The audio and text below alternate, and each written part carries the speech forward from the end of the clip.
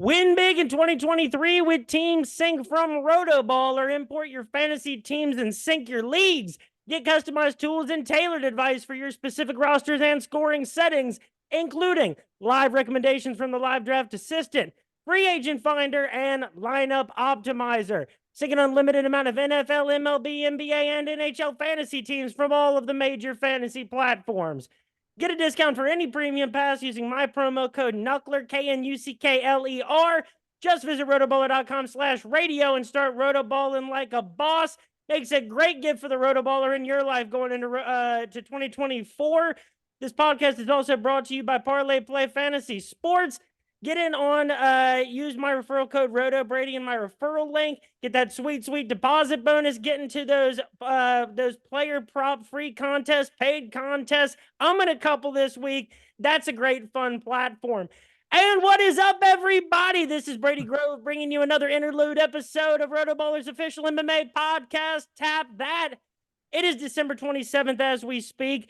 So the UFC is not coming back till January 13th. Follow me on Twitter at RotoBrady. That is where you can find my picks for all major MMA events, boxing events at RotoBrady. Follow the podcast on Facebook, YouTube, and Spotify at Tap That MMA Podcast. And with me today, we're going to talk combat sports all around the year 2023. We're going to look ahead into 2024. Rome wasn't built in a day, but that's right. Is Rome from Combat Sports today. Rome, how you doing, man? I'm doing amazing, man. How's it going? Dude, it's going good. And I have to tell you, I don't know how many people you guys got working over at Combat Sports today. I love the work that you guys do. The product that you put on the internet, it is so well-rounded, and it covers all of the things that I think if you call yourself an MMA fan or a combat sports fan, that it's something that you're interested in on a daily basis. Yeah. So first and foremost, shout outs to the guys. It takes a village, right? It's myself and others. I just came onto the team not so long ago, I'll be honest. But the way that these guys operate and the way that they've embraced me and everyone in the team, just in general, everyone has one common interest, and that's just doing good things, right? Especially in combat sports. It's become such a hot topic, I guess, in general, just now, and since COVID.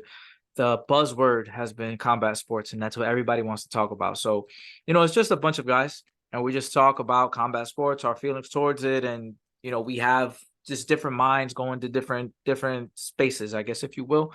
I speak about MMA, and we have guys who talk about boxing, guys talk about just kickboxing and Muay Thai and all that. So because of the fact that we just love combat sports in general, we just have, I guess, for lack of a better word, I guess a specialty, if you will, and the different facets of it. It makes everything that much better because we get to educate each other and just give our point of views on what's going on. And it's just fun, honestly. I'm just taking it day by day. We all take it day by day. But shouts to Phil, man. That's the guy that's just operates. He's the guy that operates everything. He's the guy that keeps the wheels turning. But everyone here does a good job and just like supporting each other and just being just brothers, man. Honestly, I'm very glad to be a part of the team, for real. And that's a great thing that from the start of major MMA dating back to the 90s is there's always been a camaraderie between combat sports fans and MMA fans, and it's something that you could take two NFL fans and they could not there's no like heat or passion to the conversation, But that's something that, from you date back to the early 2000s, the 2010s, this sport was still kind of on the fringe. And by comparison, it still is brand new as compared to other professional sports. Yeah, and I mean, when you found people that were into it, it was like, oh, like I can talk with this guy for 24 hours straight at least. Yeah, exactly. And it's one of those things that because it's a gift and a curse that we've gotten so much combat sports within the last 3 years, just because there's so many conversation pieces to have, and you can never get tired of it.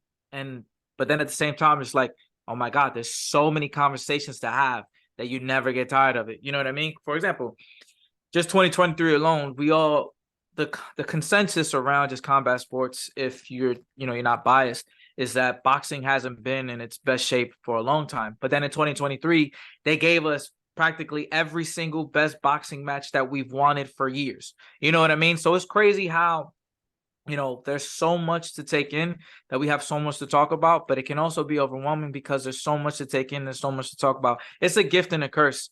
But I'm glad that it's become such, and just MMA in general now, right? There's become so big that there's just so many different eyes and different points of views that you're like, wow, I didn't see this way. I didn't see that this way. You know what I mean? And this is coming from someone who was born when the UFC started. I started watching the UFC with my dad when they were just duking it out for, no time limit. And now that I'm seeing it's a fully sanctioned sport where it's organized, it's like, yo, this is crazy how things have changed in such a small amount of time. And to the point about boxing, it's almost like their hand has been forced, over the last few years. Just this past weekend, we saw a lot of the top heavyweights, in action. And over the past few months with Fury and Ngannou, when, the biggest criticism of, not only the heavyweight boxers, but the top boxers in general is that they fight, every 1.5 years, and it's never Right. that you want to see them fight. But now, Mm-hmm. it's not only that their hand has been forced just for, survival's sake or competition's sake, but the true earning potential, I think, has really been, demonstrated by, all aspects of combat sports, but sort of the weirder parts, man, because Logan Paul and Jake Paul have been a part of this sport, or, this realm for a handful of years now. It feels like it was just yesterday. Mm-hmm. It'd be hard to deny, even if you're the most purist of combat sports fans, that that doesn't have something to do with it. Yeah, I mean, I think it's also just the fact that it's, for the lack of a better phrase, it's been a circus within boxing, but it's been just like it's an ugly thing that you kind of just don't want to look at, but you can't stop from it. You can't stop looking at it because it's just like, okay, this is stupid. We know it's stupid, but it's entertaining at the same time, because at the same time, right, you're looking at guys like Jake Paul, and it's like, damn, he runs a lot. He runs his mouth a lot. And you want to see him lose.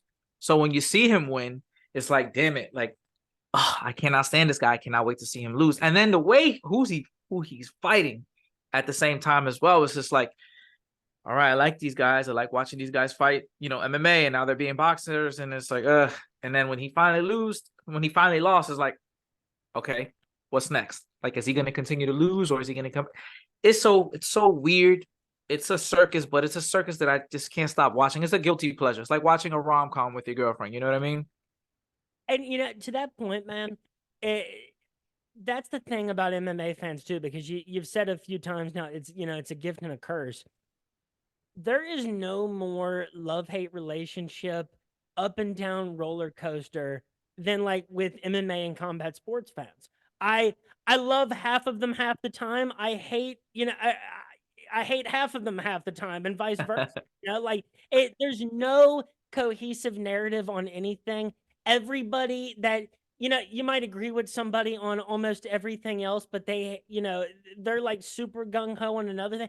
It's a particularly difficult group to please, and that's because we're in a sport where you can pick and choose matchups. There Mm-hmm. is some element of ask and you shall receive to this sport, as opposed to other professional sports. And we're going to say this every coming year, but it just feels like it's been a super divisive year for MMA fans. My God, Charles Oliveira and Islam Makhachev fans alone on the internet. It's hard to watch, but at the same time, it's so fun to look at. Yeah, it's crazy because I like both, right? I do like both. I'm a little biased towards toward Islam and AKA. That's just one of my favorite gyms. I'm a gym nerd, so I know a lot of coaches from different gyms. But I like Islam. I like the guys over at AKA, and it just so happened that Islam won the title when my kids were born, literally the same day. Hours after my kids were born, Islam won the title. Like, my wife was laying on the bed, she was in her bed rest, and I'm just on my phone watching Islam freaking submit Charles Oliveira. But it's true, it is a divisive. It's weird because combat sports can be so fickle, because it's one of those things that it's what have you done for me lately, you know but it's something that I don't think we'll ever be fully satisfied when it comes to combat sports, because even me, right, for example, I don't like Colby Covington. I had a video prior to the fight. I wanted to wait until 296 happened. And then he says something dumb, and I was like, okay, I have to talk about this guy, because it's just like there's no way that he can continue to speak the things that he says, and people find validity towards it. And one of the things is that I always said that his resume has never been impressive to me. He's cherry picked his fights, and the guys that he has fought, if we want to use name value to bring his resume, or at least to give praises to his resume, then sure, you want to do that, then that's fine. However, the time that he fought those people, they weren't at their best, right? But then here's the other thing. Leon Edwards' resume, you can also say the same. However, the only difference was the fact that he beat Kamaru, and Colby couldn't beat Kamaru. But then if we go to Islam, right, we look at Islam's resume versus Charles's resume. Charles has a way more impressive resume than Islam. However, Islam is just a better fighter than Charles, but Islam's resume was not that impressive coming up onto the title. So we'll never be satisfied. We have to just, like you said, it'll always be a divide, but we just have to pick and choose, unfortunately, what narrative we want to run with. And it keeps being the knock on the Dagestani fighters, like, for whatever reason. Like, I mean, like, for that reason, like, all the Dagestani guys have kind of gone on a weirder path, because they're just so technically impressive. Right. That you have to pick their fight. And it's also, you have to think of, like, they're fighting in big fights, but yeah, with their style and the name recognition, the UFC at least has to pick, where they're going to place them in those big fights. Yep. So it was never a thing like, before Khabib got his biggest fights, it was not a thing that Khabib was getting big fights. But everybody knew that, like, him and Islam were, were the cream of the crop. So right. It's really weird how they have to treat the Dagestani fighters. And, by that comparison, you look at how, like, Hamzat has progressed over time. It's a very weird, contrast between those things. To the point about Colby, dude, like, Colby is such a weird thing. He's like Andrew Tate in a lot of ways. Like, if people wanted him to go away, you could make it happen, Yeah. by by a lot of people not caring. The problem is that there's a lot of people out there that are probably lonely people on the internet or whatever that find, as you said, find validity in, like, what the things that these dudes are saying. If everybody just took it as, like, this is a WWE character, this is the Iron Sheik, this is, Andy Kaufman when he was traveling around the country, wrestling with, if you treated it like that, it becomes a novelty and you don't care. Right. I remember breaking down the Colby Covington fight before UFC 296, and it's like, dude, 2 fights ago, his 2 wins ago for Colby Covington was Tyron Woodley. What the hell is that? Like, that in 2023, it didn't make a lot of sense. If I have to criticize Leon, and I have to, because this was the most recent event, and it capped off 2023 for the UFC. Dude, Leon always, except for the Kamaru Usman fights, he just always leaves something to be desired for me. Like, it's not that, because Joe Rogan kept harping on it in that 5th round where it was like, ending on your back, sure. Like, he did win the fight. He definitely won the fight. But the way they kept talking about domination to me, like, domination to me is Max Holloway, Calvin Kattar. Like, domination is a hard thing to do. And, like, domination wise, it's like Colby did nothing. Leon did a little bit. Like, that fight, like, fell flat to me. And I just wish that Leon, like, for his own sake, because Leon is a guy that has really struggled to, get that kind of footing on a huge, mainstream basis, at least, in different pockets, because of the people that he's fought and the way that he's won. I was just, kind of disappointed that after the whole press conference thing, that was the way the fight ended. I agree. So I just want to say something before that. GSP exists. And the reason why I say that is because, and this is another thing, right? Us as MMA fans, is that we sometimes end up sticking towards recency bias, right? So if you think about it, GSP, you look at his reign, he was dominant, but he wasn't doing anything out of the ordinary that was just like, wow, all right, he's going to finish every single fighter. It's not who he was. And with Leon and even a guy like Usman who ended up finding a jab, who actually finally started to use his striking correctly, that's when he became this exciting fighter. Because before we saw him fight Burns, he took Masvidal the first time to a very boring decision just off foot snobs. And then he just, Trevor Whitman, polished up his striking, which is what then started to give us a better showing of what Usman had. Now with the whole Leon thing and not finishing Colby, I said it in my last video too. I understand why people are bummed out, but you also have to understand too, cooler heads will prevail always.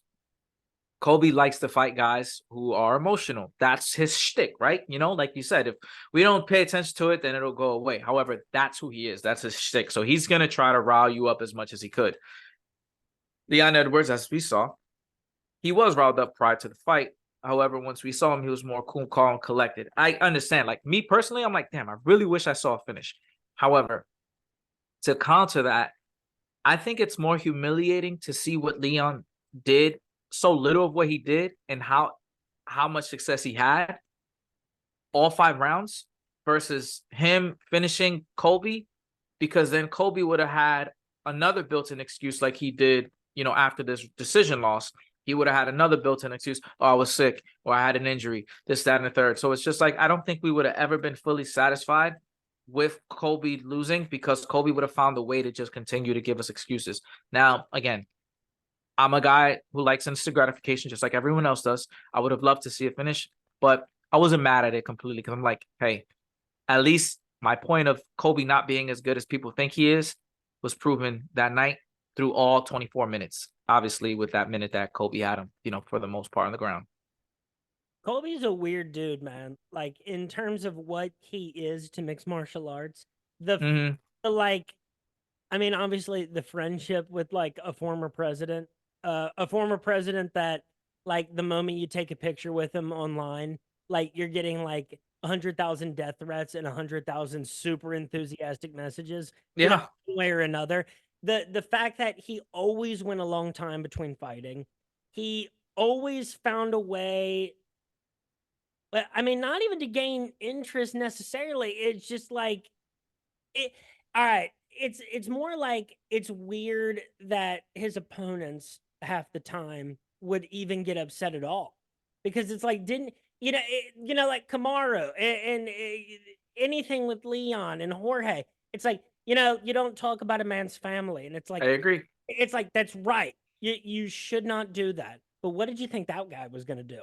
Like, it's just a weird thing. And the story about Colby meeting Kamara at the airport and being like a completely normal dude, and then turning around on Twitter and saying what he said. Yeah, It's like Colby was bad for the welterweight division because he, as I think either Chael Sonnen or Ariel Helwani coined it, squatting on his spot for so long.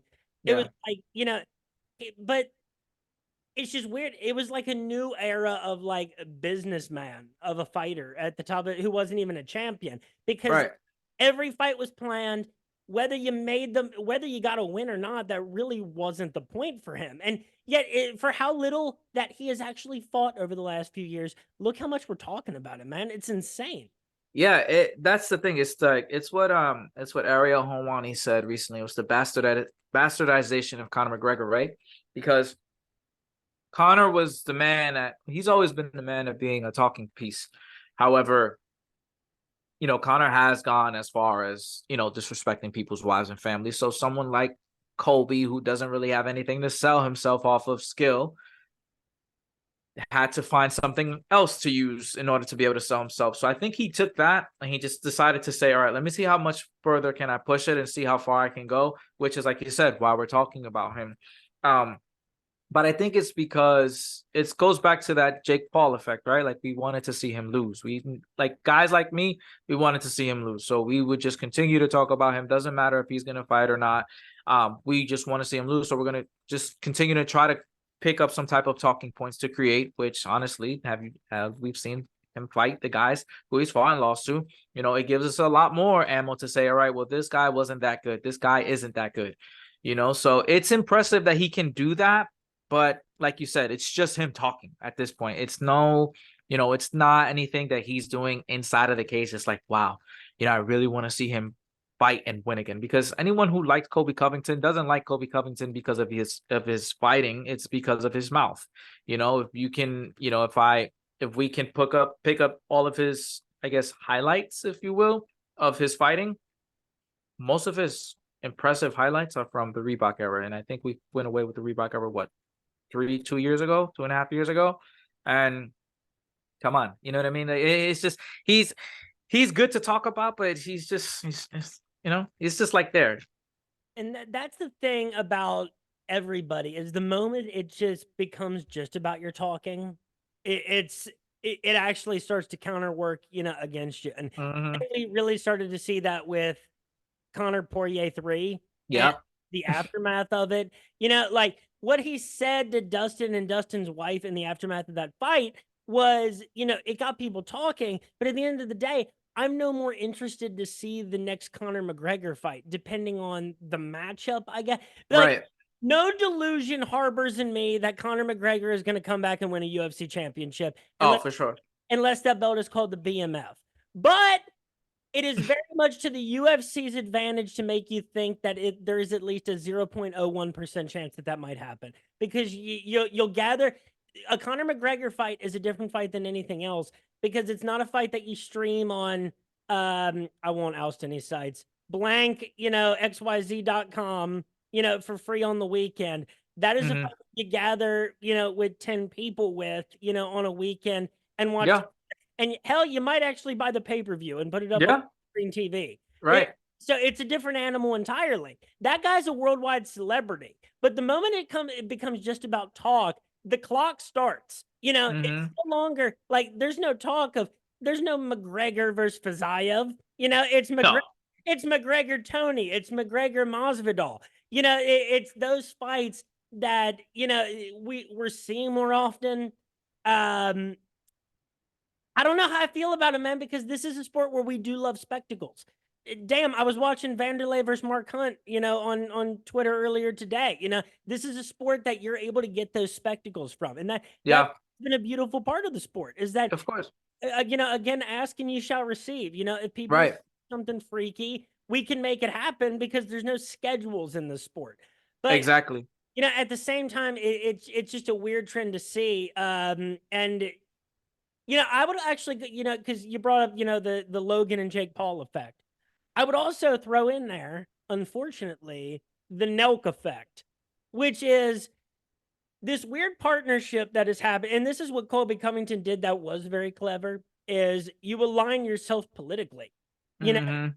There's a group of young dudes that are seeing you on every platform. And it's this partnership with Dana White and, some of these, other podcasts that have a very specific alignment, a very specific Mm-hmm. list.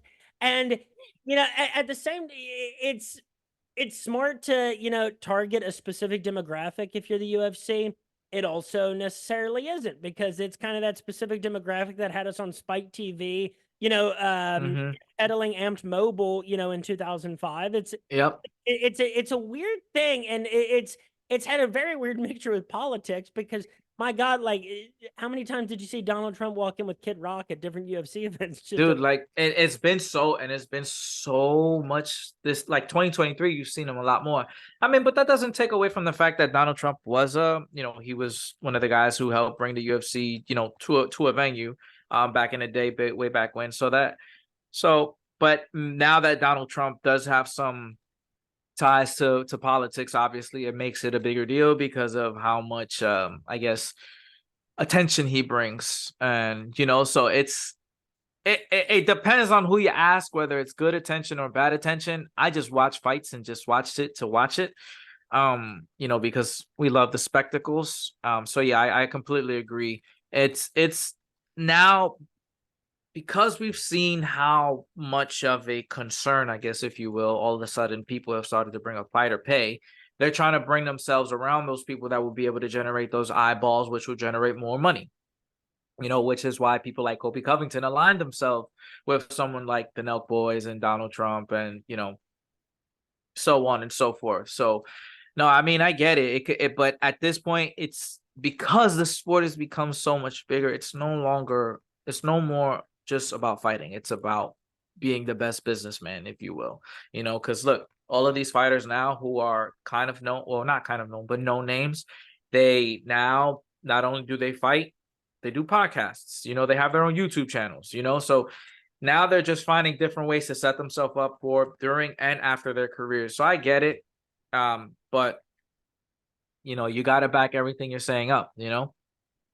And it's a weird thing because that's why people, of all things, give Sean Strickland, I guess, a pass on a lot of stuff that they wouldn't other people, or a lot of the reason people find Sean Strickland, I guess, like what, more likable or relatable. God, it's weird to say, but it's like Yeah, you just get such a ring of authenticity from Sean Strickland, even as corny as some of the things that he says can be. And then that guy goes out and wins the UFC middleweight championship. And it's crazy too, the way like it mirrors kind of the Chris Weidman unimpressive 2-fight winning streak going into his UFC middleweight championship fight. But now you got you got as champions. A few years ago it was like Africa was dominating, in the best champions of the UFC. Now, I don't know exactly what you call it, but we got Sugar Sean O'Malley and Sean Strickland as UFC champions. It seems like a million years ago that Sean O'Malley knocked out Aljamain Sterling to me. And yet, yeah, the moment he did it, because the day that Sean O'Malley beat Peter Yan, that was my wedding day. And I remember watching that fight on my phone on the way over to the venue, and being like, "Oh my God, he did it! Like he actually, yeah, like eh, he gave it. Regardless of what people think of the decision, he gave himself, the chance to win it on the judges' scorecards. That's what you're supposed to do. mhm, The moment he knocks out Aljamain Sterling, it's like, oh my God, he actually did it. yeah, And Sean Strickland too. And now, you cannot go on the internet without seeing something Sean Strickland, even more so than Sean O'Malley, which if you told me a year ago, I'd think you were insane. yeah. No, I agree. I mean, we both share something special that same day. Sean O'Malley won. TB Peter, you got married. My kids were born, so we have some type of connection there. Um, no, but I mean, yeah, I mean the whole Sean Strickland thing is so interesting.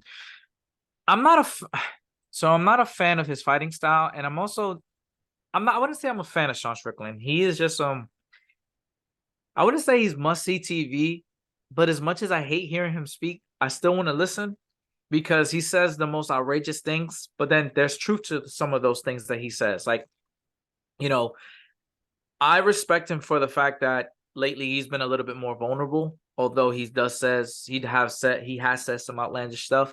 And I did like what he said about Kobe when after the whole Kobe Leon press conference thing happened. So it's weird. I agree with you. If you would have asked me the same thing, if Sean Strickland would have been a champion this year, or just a champion at all, I would tell you no. Like you're crazy. You need to go like watch him fight. And then when I saw what happened, I'm like, oh, this is crazy. He legit just like 5-0 Izzy. And just it was weird. It was like in a weird time. It was so weird So weird. because I keep saying so weird, but it's just I'm still I don't know how to put it into words because of what happened. Because you're watching the whole thing. I was blown away. Like it's the exact opposite of Leon versus Kamaru. Like in the way it plays out. The thing about Sean Strickland versus Izzy is I keep wondering as I'm watching the fight, am I seeing what I'm actually seeing? Because I like to watch I like to watch most fights without audio and commentary if I can, because Yeah. I don't want to hear what other people are saying about it. And every time I turn on the audio, it only confirms what I'm thinking. The last fight I watched audio for or had audio for was Izzy versus Jan Blachowicz. And I don't think I'll ever go back, man, because that was one of the worst instances ever. Yeah, it was you can tell it was very biased. Where it's like, dude, am I watching this? I'm not even like, dude, Joe Rogan's watched a million fights. I'm not like saying that guy doesn't know what he's talking about. He does, but like, I just don't know what being the commentator ringside does to you. So it's like watching that fight. It's like, so with Sean Strickland versus Izzy, the whole time I'm like, am I seeing what I'm actually seeing? Hmm. And afterward, it's like, well, it's like the immediate excuses come out from people who are Izzy fans, not from Izzy. Izzy's Izzy. He's a very like interesting character, even for me Yeah. arts. Um, But in the aftermath, it's like, dude, like, I don't know if that happens again. I don't even know if Sean Strickland ever defends this title, but he won that fight definitively with Izzy at his best and Sean Strickland at his best. I would go on a limb and saying that wasn't even Sean Strickland's best. Because I mean, think about it. It was a short notice camp, and he fights that same way every single time. Honestly, I don't know what to put it in words. I just think that Sean Strickland was just, I think sometimes when you feel like you have nothing to lose and more to gain, you just go in and just, I guess, perform well. And it happened with Sean. It was just more for him. It was like, whatever. I'm just gonna go in and take a paycheck. If I get my ass beat, I get my ass beat. But I'm just gonna go get and take a paycheck. And he ended up getting a paycheck, but he left with a belt. So Nothing to lose is always dangerous in this sport. true, right, exactly. It's why we see guys like Chris Weidman and Sean Strickland come into these fights. And, at the time, Anderson Silva was on such a dominant run. People were looking to him to going to light heavyweight or even heavyweight for years before that. Wanting him to fight GSP at 185 years before that.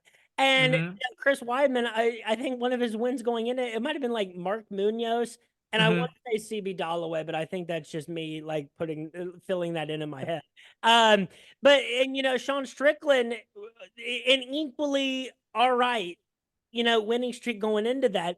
And on Izzy's mind was always Alex Pereira. Right. And so it's just a very, as we've said a billion times already, it's just weird, man. Like Sean Strickland is the UFC middleweight champion. It felt a little bit like Bisping winning it. A little bit, except like Bisping and Strickland equally polarizing, not necessarily the same kind of likability guy. Like, I don't like Sean. I thought nothing about Sean Strickland at the beginning of his career. I hated Michael Bisping at the beginning of his career, all the way. But that's because Michael Bisping has been Michael Bisping since freaking The Ultimate Fighter. So it's just like it's crazy how we appreciate Michael so much now, but when he was fighting, it was like, oh my God, shut the hell up.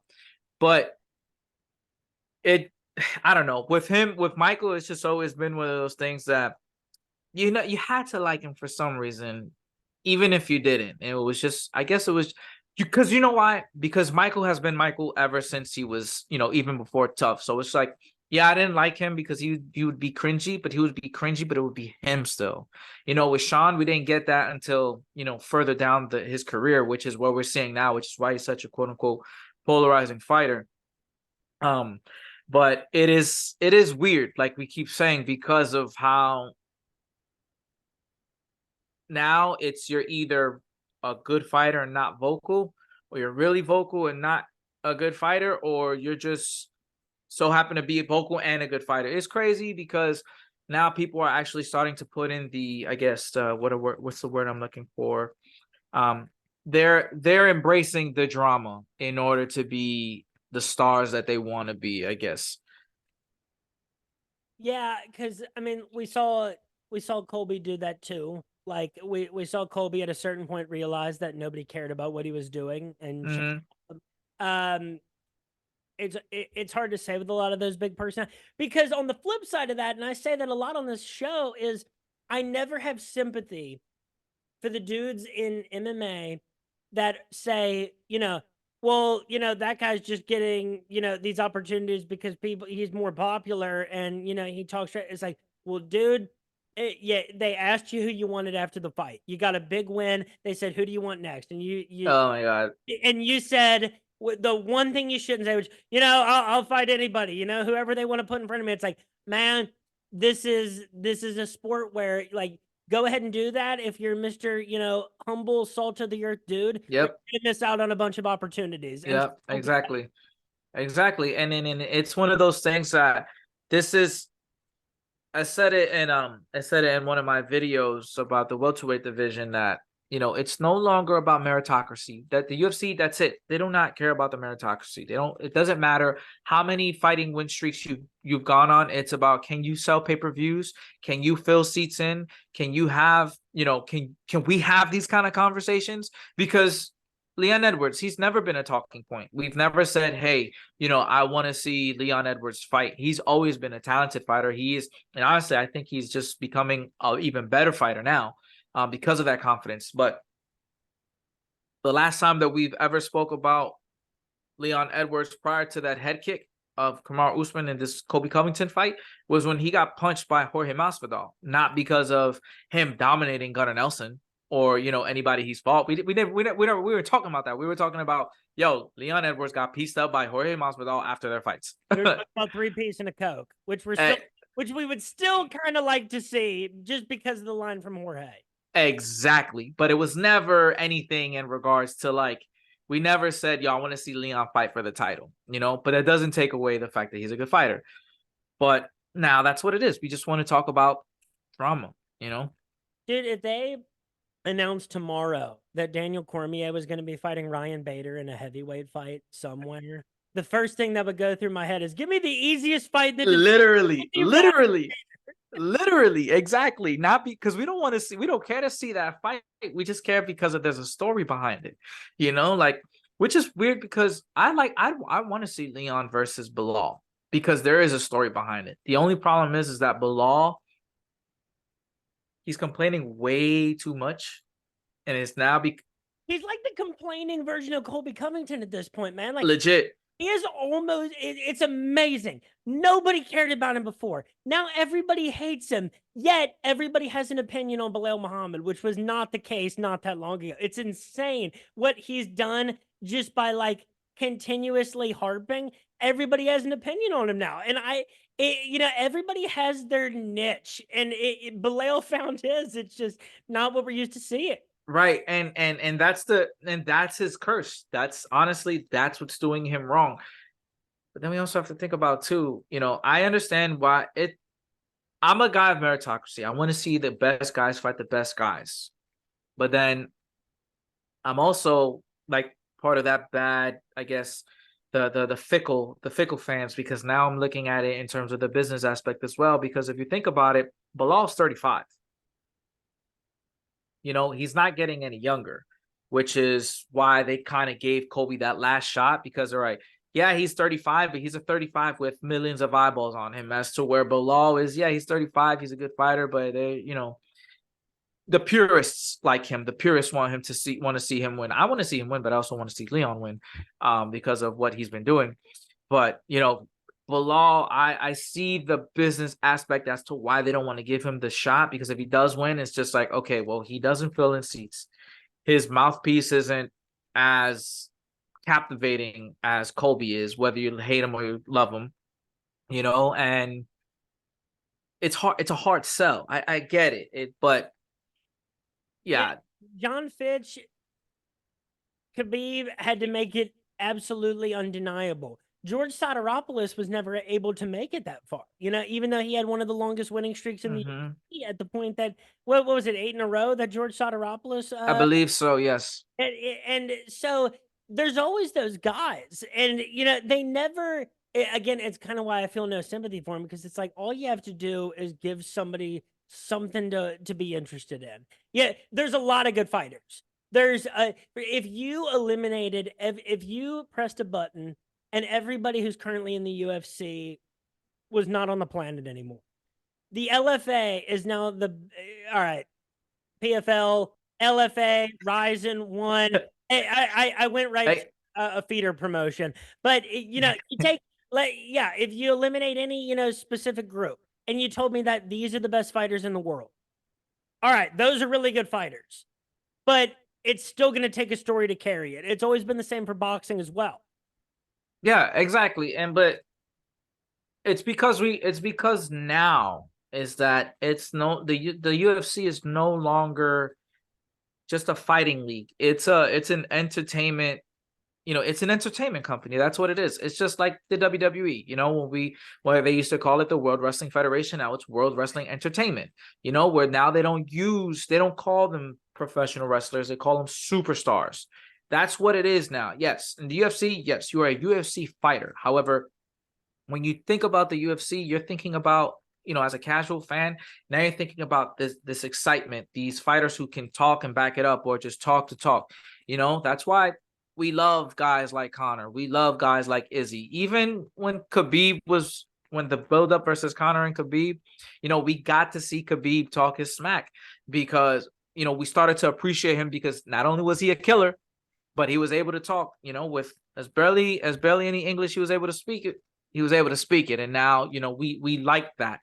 But that's not how it was before. We had guys that would just win and deserve title shots because let's be for real, like there wasn't a lot of guys back then that were talking and I guess basically building themselves up. We did have Kobe Covington, but we had Tito Ortiz who was talking and winning. There wasn't many guys like that. Now you can find we can choose like 10 people that can talk their asses off and fight, or just can talk their asses off to sell themselves for a fight. So that's what they care about now. And that's the crazy thing too for the guys that talk and win, is that it always comes to an end. And it's crazy because women's MMA is still, for as brand new as MMA is, women's MMA at the level we know it now is way newer. And Ronda Rousey, opened people's eyes and Dana's eyes. I guess I don't want to say most importantly, but yeah, I guess so, because it changes mine completely about the of the business aspect moving forward. Now, female fighters, they have, I mean, OnlyFans is the big one, that it changes the whole forward trajectory for them in the sport. Yeah.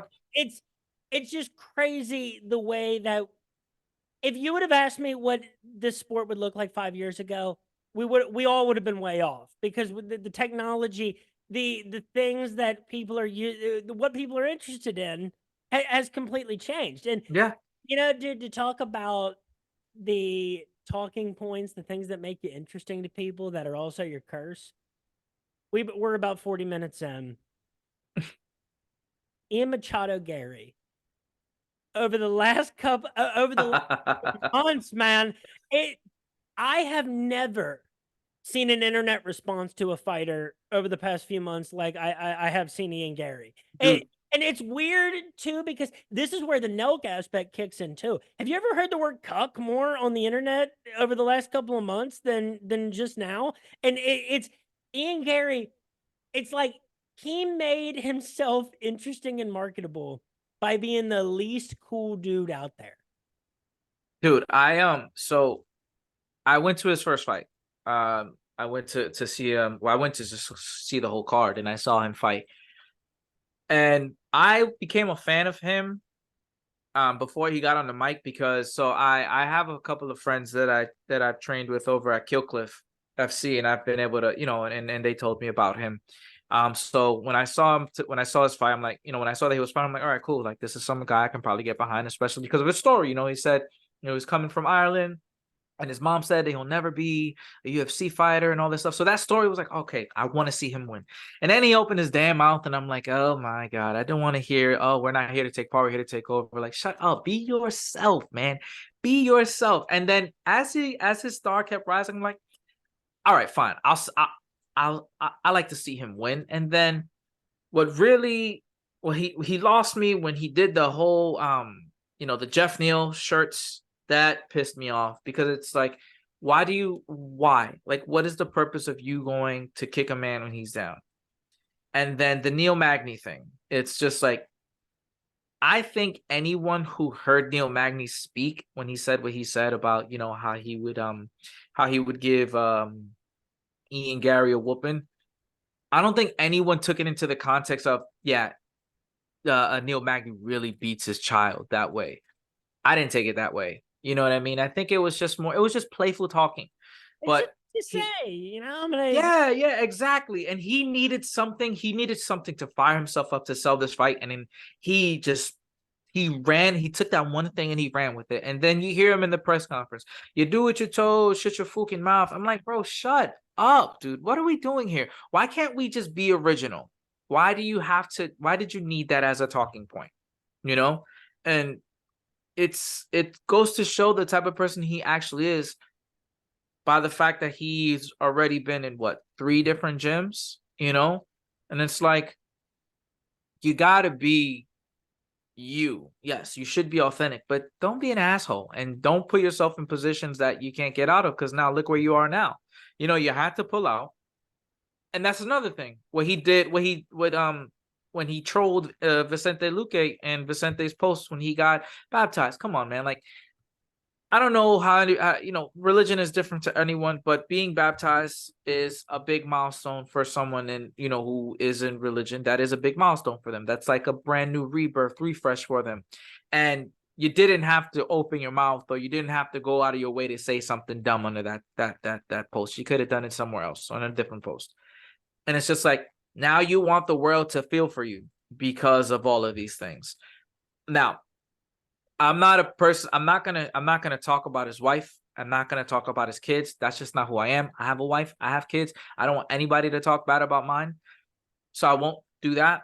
But you also have to understand. I said it. I actually made a video about him, and I said, listen, as a public figure, everything you say and do will be used against you. So you have to be careful about that, because now look where you are. So much so, you got pneumonia. You got pneumonia, and you couldn't fight. Now, could it be because of all of the ridicule that he was facing that mentally just became down? Maybe. I don't know. But just let this be a lesson. Shut up. you know? And dude, the thing about Ian Gary, it's just crazy because people were licking their chops for that press conference and it never came. Right. He's gonna have a moment here, because the thing is, you can get to a certain point by just being a good fighter, and he is. He's only, he showed us that. There's debate out there about exactly how good he is, but the fact is he's still young. So we don't know. He's got, bigger tests coming up. One way or another, one of those bigger tests is going to happen. And so eventually, when you're a guy like that, just like Paddy Pimblett kind of, over the, with his fight with Tony, but not exactly the same. It's like eventually there will be a moment where you're either going to have to win, and you buy yourself plenty of time, you buy yourself plenty of, future earning potential. But if you fall flat in that, nobody's listening anymore. Right. So I think with you see, with the difference that Paddy has been able to do is that he actually has been able to recover from his shit talk. What he did was, or maybe his team told him, hey man, shut up, shut up. And I think that helped him a lot, because yes, so Tony Ferguson is a fan favorite. And Paddy was aware that it was a lose-lose for him, that if Paddy would have won anyway, it would have been a lose-lose. Whether he would have won or lost, would have been a lose-lose, because it was kind of like, well, you're supposed to be Paddy, or you're supposed to be Tony, or you beat an old Tony, so he knew the position he was in, which is why, I mean, I didn't really care that he won. Like, I wasn't upset that he won. And especially Tony, he was so cringy during that press conference. I'm like, okay, thank God you got your ass beat, because just shut up. Like the back and forth with him and Colby, like, America, hoorah. I'm like, okay, all right, fine. You want to be patriotic? That's fine. But shut up. You guys were just arguing like 2 seconds ago. Dude, the Tony fans on the internet were like posting those videos of his interviews beforehand and being like, Tony's ready to fight. And it's like, dude, we all knew Tony was done after the Gaethje loss. The way, the way his legs that did the Mamba, all over the cage. Dude, there is no coming back from that kind of brain damage, to call it exactly what it is. Yeah. You only get punched in the head by one of the best punchers of heads in the world so many times before you're not the same dude anymore. And Alcala, he has a way about him, and he has a charisma that always has us interested in thinking that he might have a chance. And everybody always talks about his cardio, how he's just an animal as far as training and as an athlete. But, it was a lose-lose for Paddy, because especially to, not finish him when Bobby Green, was able to submit Tony Ferguson. It's just weird, because like Paddy Pimblett, that's a weird situation for him. That's the kind of guy that I don't want to dump on, because he's still a young dude.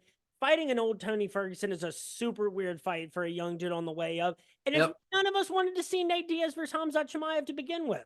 Right, exactly. But I also think but that's just the way the UFC is, right?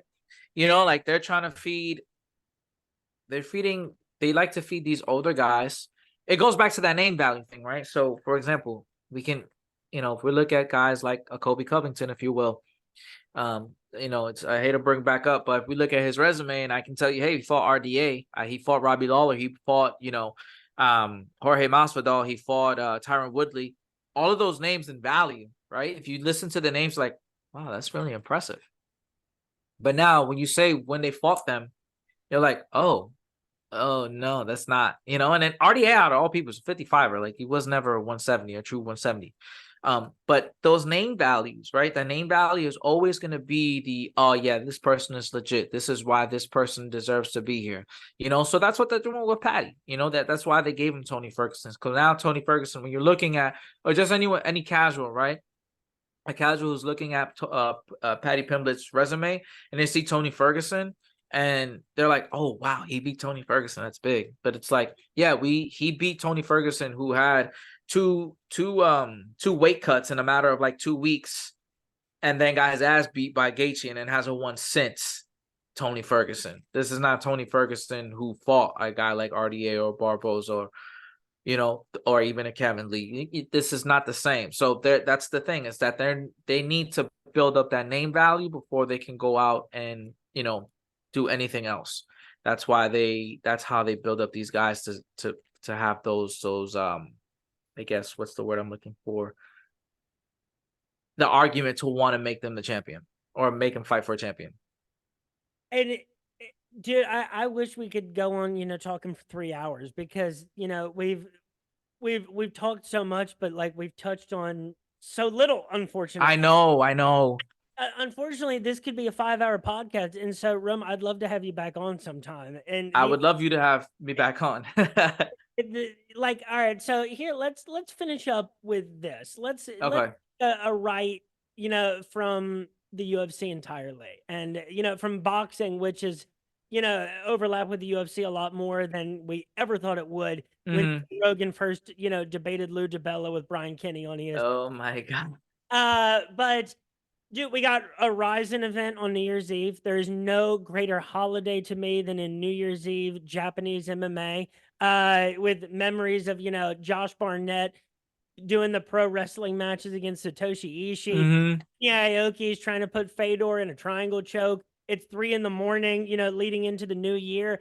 I love what's going on with Ryzen and One. I love the time slots that One does. I love that they're on Prime and Amazon. I think it's brilliant. And we say RIP to Bellator, in one or another this year. The PFL has had a great product. Since the World Series of Fighting, it's a great spin on what we're used to seeing. Right. And they've produced a great number of fighters. Bellator, as opposed to Strikeforce, always underappreciated in its day. Despite giving us, the likes of Michael Chandler, Eddie Alvarez, Ben Askren, despite the, guys like Ben Henderson going over and having good run, despite the fact that from lightweight down, they've always been super legitimate. Right. And, then, you always have to wonder, where Scott Coker as a mad scientist goes wrong and where, he goes right. The Bellator's promotion and their marketing was always horrific. Where if you can be a dedicated fan of the sport and you could miss a Bellator event, that's a problem. Right. And, now we're going to see, we already have Michael Venom Page set up with Kevin Holland. That's going to be amazing. Ooh! That's going to be amazing. The moment they announced that, it's like, dude, that is the dream. That's what I've been wanting to say. And it's funny, too. I saw something from somebody on the internet saying, I love how everybody says nobody cares about Michael Venom Page and Bellator. But the moment it's announced that he's fighting Kevin Holland, everybody is absolutely psyched. I loved MVP for a while. He was always that guy that was just like really close, and just couldn't do it. Like Paul Daly plus, really. Right. But you'd love to see it, like, because he's a showman. You know what I mean? Like he was one of the guys that as I'm not gonna sit here and lie to you and say I've been this avid Bellator watcher, but I have been. I've watched the early Michael Chandler versus Eddie Alvarez fights, and those are classics. You know what I mean? Like if you think about Bellator, if you know about Bellator, you know about those fights, regardless. So if you want to bring someone you want to talk about Bellator, the past that it was, and say, hey, put me on to any good Bellator fight, you show them either of those fights, you can't go wrong with that, right? But I've always loved MVP. MVP, and I saw somebody say that MVP was not that, pretty much like a similar tweet to what you said, but also something along the lines of him being like a bum or something. I'm like, MVP was never a bum. Like, what are we talking about here? If he lost to anyone, he lost to good guys. You know what I mean? But he was never a bum. So it's just now that he's in the UFC, obviously he's going to get a lot more eyeballs, but he's getting a lot of more eyeballs. It's not because of him just going to the UFC. It's because of what he did at Bellator that made him impressive and want to be liked enough to be like, okay, like we need to get this guy. It doesn't even matter that he's like passing over the hump, of his prime. I mean, he crushed a dude's skull in Bellator. Right. Bellator, people, because Bellator, I remember the first Ben Askren fight I ever saw a long time ago was in the middle of an outdoor mall. It was an early Bellator. Bellator has weird roots. I can't believe they stuck around as long as they did, but they did. And they ended up producing really high quality, from lightweight down. And, even guys, when Mr. Wonderful came over to Bellator and, Bader gave it some fun. Some of those heavier weight classes got a little bit more fun later, but they did a goofy Grand Prix with Chael Sonnen and Rampage Jackson as heavyweights. That's kind of where they went a little bit wrong, but it's also, a bunch of business things. And, PFL, by comparison, you're obviously looking at if there is one organization that you think could be a real threat and is a real threat to the UFC, it is the PFL because they're doing everything that the UFC is not, which is what you should be if you want to compete. I agree. They're expanding the globe exactly the way they should. They have powerful resources. They're on a TV network that, you could never, if your friends who aren't even into MMA, if they're just going across, their TV one day, they will never stumble upon a Bellator fight. You could stumble on a PFL fight. Yeah, you can. A whole different ball game. Yeah. And, the PFL, the way that their payment scheme is the moment that people realize, like, especially a lot of the UFC guys that were kind of like in the gatekeeper range, it's like, dude, if I just go over there and beat a lot of guys that I'm used to fighting, on any given Saturday anyway, I can win $1 million, which is a whole different thing. And the whole Francis Ngannou thing, give me your take on, where you think the PFL is headed. Because again, folks, the UFC is 30 years old. You go back to the NBA, the NHL, the NFL, professional baseball, all these sports, when they were 30 years old, it was like the roaring 20s. Right. And for the NBA is a little newer, but still, it gives you a perspective on exactly how new this sport is and how much it could change by the time we're, retirement age, man. So, wait, so you want me to give you my opinion on Ngannou or just the overall thing? Just PFL. Honestly, anything that came to the front of your head when I started talking, go ahead and say that. Yeah. So I think that the PFL, okay. So the PFL has the biggest opportunity out of all combat sports organizations, obviously after the UFC, to do something big. Signing Ngannou was big. It's still a big deal just because, you have all these people that are like, well, Ngannou fumbled the bag. And now he's like, oh, I did? Yeah, okay. I just got a $20 million deal. So I didn't fumble the bag. If anything, I fumbled myself to a bigger bag. Right? So that's beautiful to see that someone like Ngannou, who got the shit under the stick, finally got his day. But now it's what happens after, right? Because cool, Ngannou got signed to the PFL and, he's going to be a PFL fighter, but we need to see him fight at the PFL first. That's the biggest thing. So if he can fight and he can bring in those eyeballs that we hope that he can, because we want to see Ngannou win because of what he's gone through, then the PFL can do a lot of big things for 2024 and going forward. So I think that they can do a lot, but I don't, I think that Ngannou plays a really pivotal role as to what happens for the eyeballs that can actually watch the PFL, because like you said, they're global. So we can't watch PFL Europe, right? Like if you saw Cedric Doumbé's, is his debut here, then obviously, you know what I mean?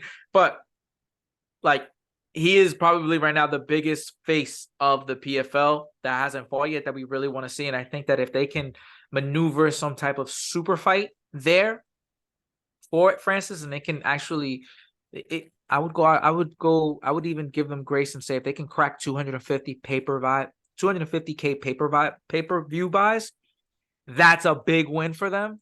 And I think that alone, if they can consistently do that kind of number for pay-per-views, that'll be something that maybe the something someone like Bellator or Ryzen or One can't do or couldn't do, and that'll be huge. And I think that'll maybe not necessarily scare the UFC, but it's like, okay, maybe we should open our eyes a little more and actually, watch what they're doing.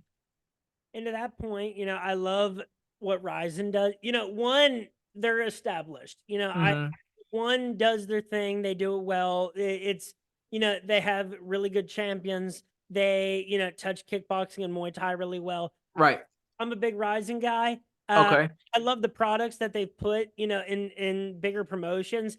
Aside from personality wise, I love watching Starboy. Jiri, in his train. Ryzen is a group that I look to more for their prospect potential as opposed to their champions being the best in the world at the time.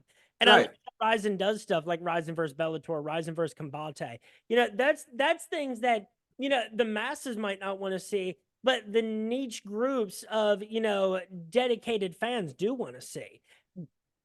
Well, I mean, you also have to think about it, right? Like, I think what makes Ryzen so special in that the fact that they're open to cross promotion, right? Because that gives you that old Pride UFC, feel that it's never going to be Pride UFC, but it still has that element of that because they're like, all right, well, we want to put our best against the best, so why not do those kind of things? Which Bellator versus Ryzen has always been this fun thing that we've seen since it's been out. Now that I'm not too familiar with Combate. I just honestly, I'm not even gonna lie, just got put on to game with Combate. I've been speaking with one of their founders. So has that been a thing that Ryzen and Combate has? I think that's in the talks for 2024. Okay. I think they've done some like fights that were like main cardish that ended up being Ryzen versus Combate. Okay. And quality wise, it just seems to add up, Yeah. It's a match made in heaven, really, for people who are familiar with those two promotions. I think that like there's endless potential. If you Of course. imagine a Ryzen versus Invicta card, like that's something we'd be hyped for. Yeah, I agree. I feel like Invicta's one of those like sleeper promotions for women that if the UFC made an atomweight division, unfortunately, they would wipe out. They would take all of Invicta's fighters because I mean they've done it already. We have some champions that are from Invicta, but and hell, we see people move up to strawweight just to leave Invicta and go to the UFC. And hell, if we had atomweight, Michelle Waterson probably would have been a world champion, a long time ago. I mean, you'd even probably see a Michelle Waterson versus Stan Fairtex fight. And there was a that would have been crazy with Invicta where, because of the people that were champions at the time at featherweight and bantamweight in the women's divisions, that a championship fight in Invicta was basically a number one contender fight in the UFC, with Felicia Spencer and Megan Anderson. Yep. It's Invicta is in a weird spot where, they occupy something that no one else in the game does. And so you don't want to see that go away. You love seeing a promotion that's only for, women that does the tournaments and the Phoenix series. That's all great. And that's a great thing that you can do in this sport is make a promotion for whatever you want and display whatever kind of talent you want. It's why we love the regional feeder promotions, because they showcase different groups. You always know who's the best coming out of South Africa and different African nations. And all those different organizations. We're starting to see, Italy and France, obviously, like with a very fast acceleration. And Cage Warriors, is the best example of, those guys, when a guy is a Cage Warriors champion, they are to be taken seriously. Yeah, I mean, Conor McGregor and Paddy Pimblett, just those two guys alone, So, I mean, the beautiful thing about combat sports is that it's everywhere, but then that's also that curse, right? It's everywhere. But unfortunately, the curse about that being everywhere is that not everyone knows about all of these places, so then that's why I think CST so much, because they have put me on to so many different forms of like fighting promotions, some that I've heard about but I've never watched, something like a KSW or an Octagon, which is crazy because there's so many good fighters out of these places, but it's just like you need the right people to bring you to these places. And now, thankfully, being a part of the team, I've been able to be exposed to all of these things. So now I can see a little bit of everything, which is what is beautiful, but it's also that curse, because we want to make sure that there are good people outside of the UFC and we want to see them succeed. But unfortunately, until you're in the UFC, you're not getting those eyeballs, which is, what Joe Rogan basically said that last time that he made headwaves. Rome, we could talk for the next 5 hours. Yes. If we wanted to. We got to do this again sometime. Yeah. We're at the hour mark. We've covered a lot of topics and we haven't even scratched the surface. I agree. If there is anything else you want to say or anybody you want to shout out real quick, again, folks, Rome from Combat Sports Today. Follow them on Twitter at CS Today. The T is the Today News on Twitter. Follow them. Go to their link tree. Follow them everywhere else. They do great work. But if there's anybody else you want to shout out or anything you want to say, the floor is yours. Well, I want to obviously shout out the team. Shout out to you guys. CST will always be home, but you guys definitely, I cannot wait to come back on Roto. So if whenever you guys welcome me, I'll definitely be in. Shout out to all my guys that are currently fighting. My boy Alate Denard, he's on his way up in the Muay Thai kickboxing scene. He's a 2-time 145 champion out here in New Jersey, New York. So, I can't wait to see what he does in the future. But yeah, man, shout out to everybody who watches, your supporters, our supporters. And I really can't wait to be back here again, because like you said, we can talk for hours. Folks, we are capping off 2023. We've got a big year of 2024 coming ahead of us. Follow me on Twitter at RotoBrady. That's where you can find my picks for all major MMA promotions, all big boxing events. Obviously, I make picks on this podcast. You can follow this podcast on Facebook, Spotify, and YouTube at Tap That MMA Podcast. No UFC until January 13th. I'm trying to, let's get some guests in here. Let's talk combat sports. Folks, thanks for listening. Go check out Rome and all the work that they do at Combat Sports Today. Have yourselves a great new year and peace. Yes, sir. Happy New Year, my brother.